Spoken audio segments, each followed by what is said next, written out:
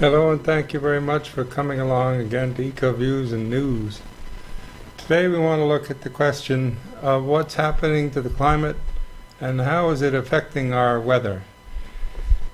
Climate and weather are not the same thing, as we've gone over this several times before. In fact, it's now obvious, even in the public media, that they're not the same thing. On the other hand, weather has been very strange this summer, and we're experiencing a record-breaking prolonged drought over large parts of the country, huge parts of the country. So many states and counties have been affected that we're breaking all sorts of records. And that's the kind of thing that eventually ends up registering as climate. Climate is about a 30-year average of weather. And so if weather starts to go, as it were, bad for 30 years, you know you're into a climate situation. And this appears to be something that the scientists may well be talking about in reference to the changes in the American Southwest, the American Southeast, really maybe a permanent new shift in climate regime.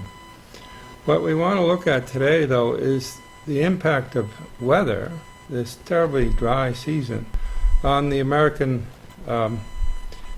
food supply and the impact of that food supply on the global food supply. We're actually in a circumstance where it's not just up to us anymore.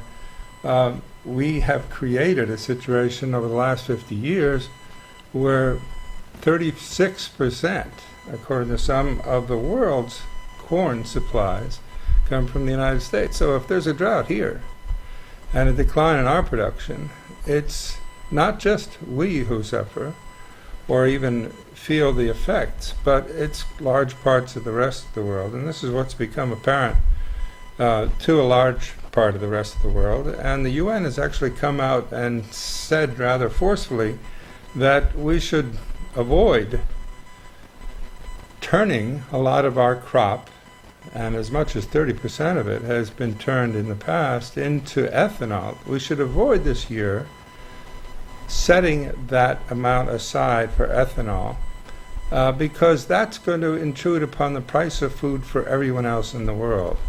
Here was the way the BBC put it when they talked about it.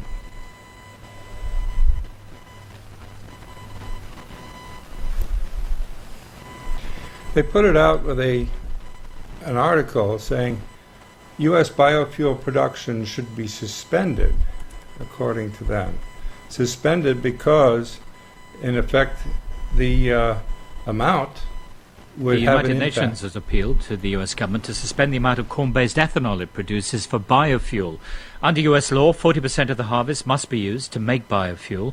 The problem is that the worst drought in 50 years is devastating America's corn harvest, and the UN is worried, with that quota still in place, the resultant rise in corn prices could contribute to a global food crisis. Lester Brown is president of the Washington-based Earth Policy Institute. When we think about grain, most people think about wheat and rice, but in fact the world's leading grain harvest now is corn, and the U.S. produces 36% of the world corn crop. So what happens to the world corn crop affects everyone in the world. It's a big chunk of the total grain harvest. The U.S. produces 36% of the world's corn harvest. So what happens to our harvest affects the rest of the world rather dramatically and very quickly. And we're beginning to see the prices rise around the world. Production this year is down. The harvest is going to be down, is it? It's going to be down. It's going to be way down. One of the, probably the poorest harvest in half a century. The world price of corn has climbed to new highs several times over the last month, and it may keep going up because the demand for corn is climbing, particularly because so many people in the world, we estimate 3 billion or so, are moving up the food chain, consuming more grain-intensive livestock products, and that means more corn. There's a certain irony here, though, now, isn't there, that the quota that the United States has for setting aside corn for the production of ethanol which presumably was introduced with the best of intentions to reduce greenhouse gas emissions and dependence on imported oil, is now having the kind of consequences that it is. Yes, in the late 1970s, after the Arab oil export embargo, when we had a lot of excess cropland, we're paying farmers not to plant on part of their land, it seemed like a great idea. But things have changed. But the ethanol program has not, and we have these really ambitious goals, which means that last year we harvested about 400 million tons of grain, and of that 127 million tons, close to a third, went to ethanol distilleries. So that's a huge subtraction from the world's grain supply now. And as of now, it seems as if the US is not going to budge on suspending that quota. Now that's very significant. We have a quota, a certain amount is devoted each year to producing ethanol. And it now seems that even though the UN has appealed for us to remove that quota and to allow that grain to be used for foodstuffs for the people in the rest of the world, the United States appears, according to this BBC correspondent, not to budge.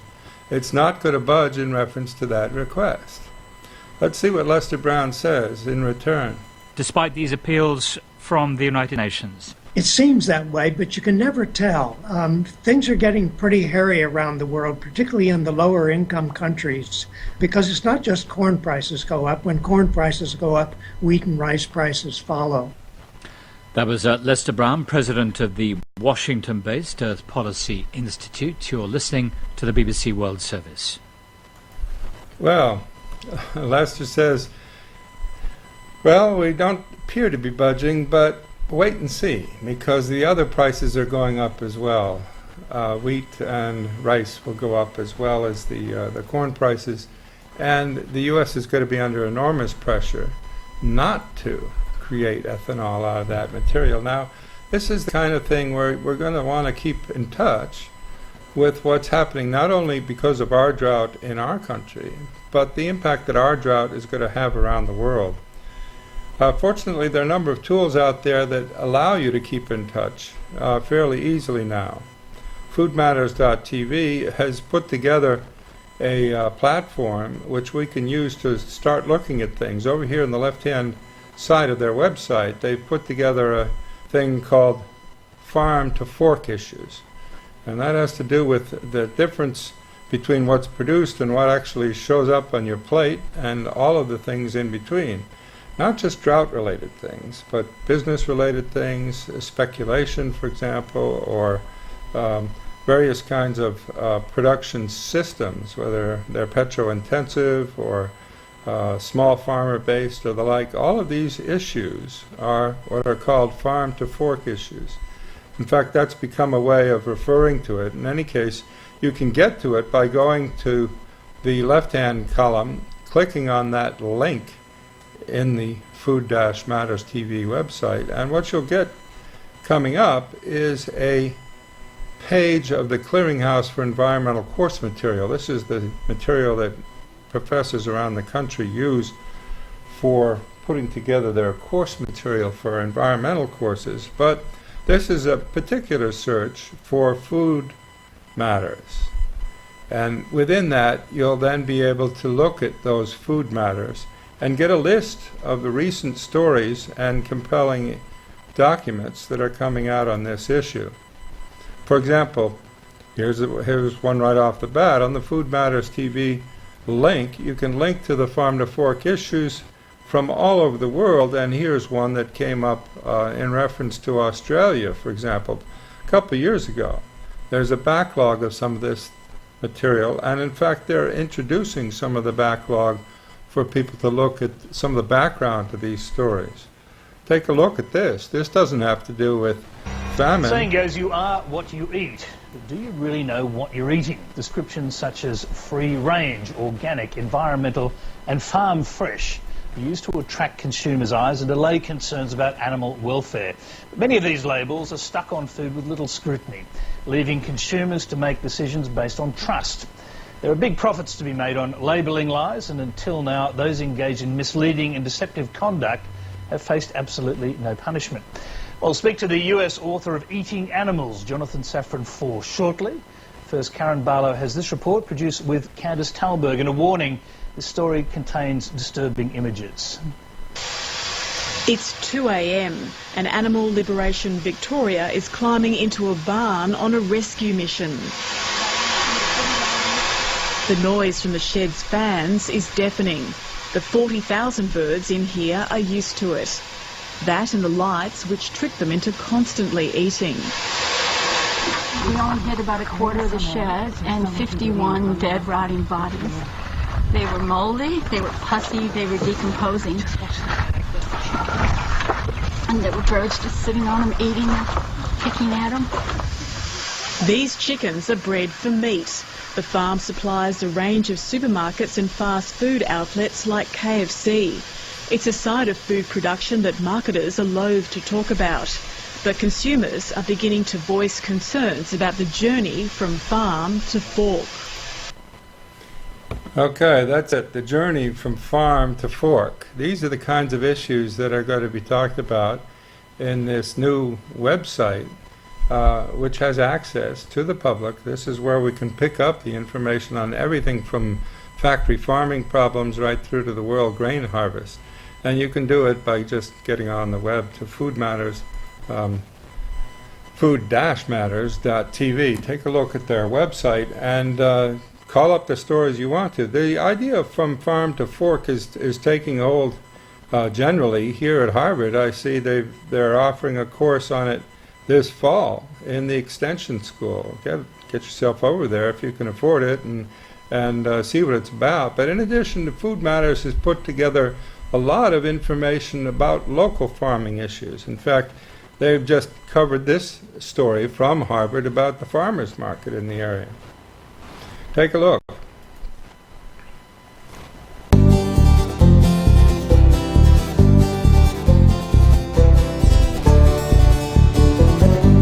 We are at Harvard University's Farmers Market, which takes place every Tuesday at the corner of Kirkland and Oxford Street from 12 to 6 p.m. My name's Carolyn Manning. I'm with the Harvard Farmers Market. We're from CNC Lobsters from down in Hope. We are in central Massachusetts. We're just a little family-owned operation, but here we are letting everybody into the joys of maple. We raise grass-fed, hormone-free livestock: cows, sheep, pigs, turkeys, chickens, quail, pheasant, goose, duck. My stuff was all picked yesterday. It's all like 12 or 15 hours out of the field. A lot of it, I washed this morning. And so I think you can tell the difference looking at things, and tasting things,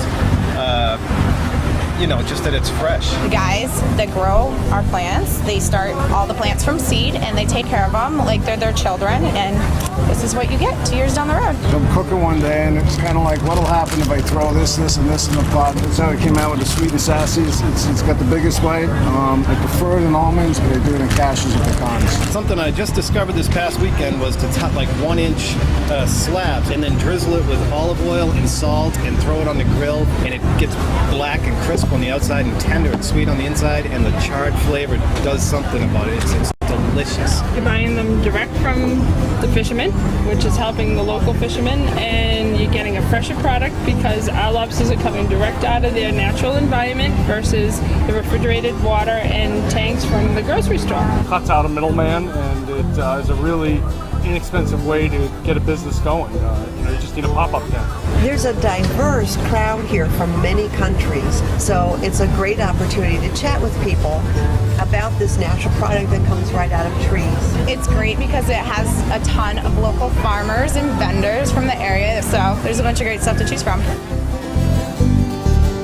You get the idea.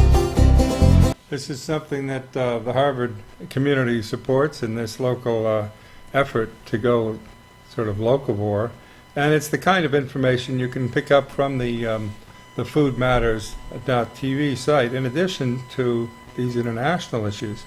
We've heard from Lester Brown in the Cambridge Forum here before, and here's an hour's lecture by him on the coming food crisis.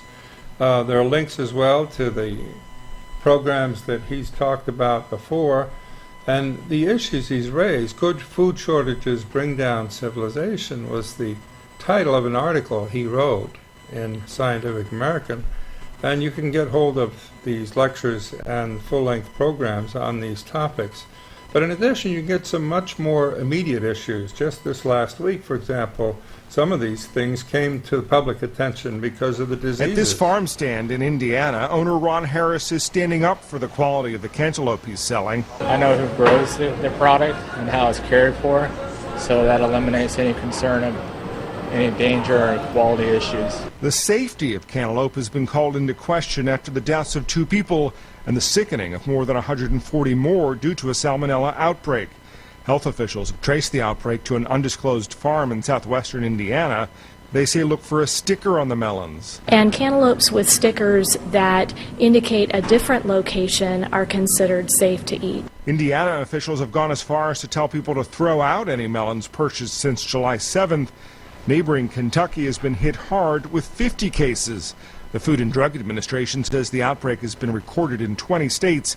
At least 31 people have been hospitalized as a result. Well, you can see there's some immediate and serious issues. 50 cases of Salmonella in Kentucky next to those in Indiana. These are the kinds of things that are much more immediate and can be, again, picked up from this Food Matters TV. If you go over here to the link to the farm to food issues, there are some bigger issues that are beyond local poisonings that have a lot to do with things like the way big multinationals operate. And in fact, you can see some of this in an article like this one, Big Boys Gone Bananas. This is actually an article on a Swedish documental maker. He's a documentalist who's put out a DVD which you can't see in the States, in part because of the influence of Dole on the Dole corporate Foods structure of is it. suing a Swedish filmmaker for wanting to show a fraudulent documentary slamming the company. Wow. Malmöfilmaren Fredrik Gerten stäms av det amerikanska bananföretaget Dole. Företaget hävdar att filmen Bananas är en bluff. It's totally crazy that you in the biggest democracy in the world can't even show this film. 6 weeks ago it was okay, now it's not okay because of blah blah blah. What is this? Well, it's a scare tactic. The film is based on a sham. That's the point. But you haven't seen the film.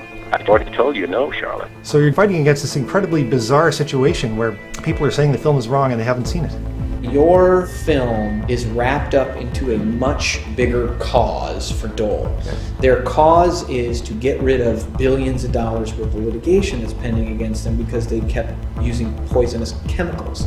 So this is a cheap investment for them. I stämningen kräver de att filmen ska läggas ner, hemsidan ska läggas ner och att jag aldrig mer ska uttala mig i frågan. We feel like the film stands on its own and is very, very defensible.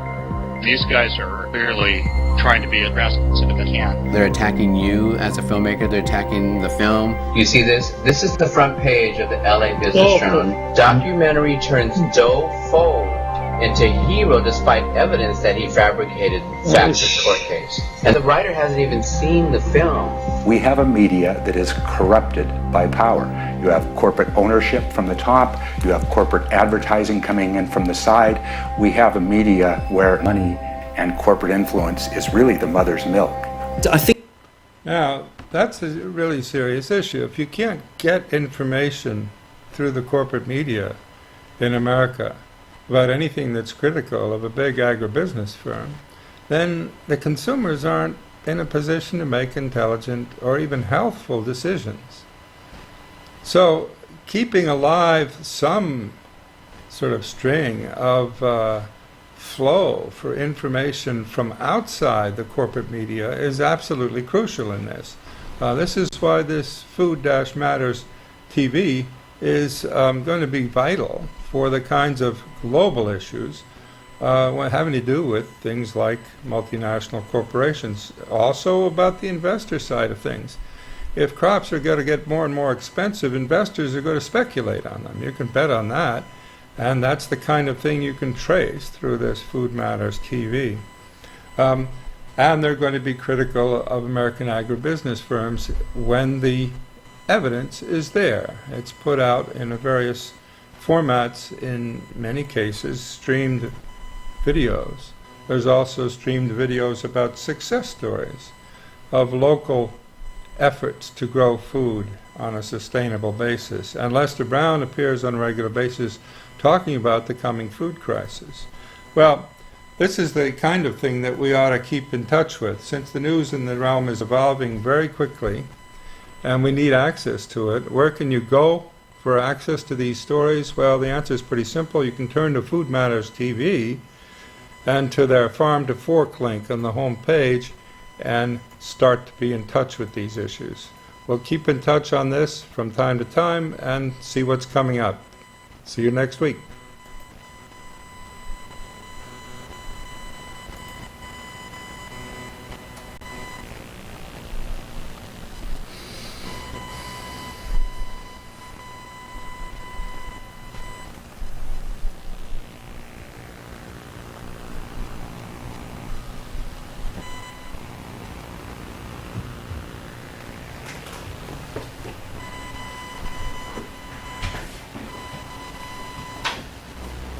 I'm going to set the tape now, okay? Yep.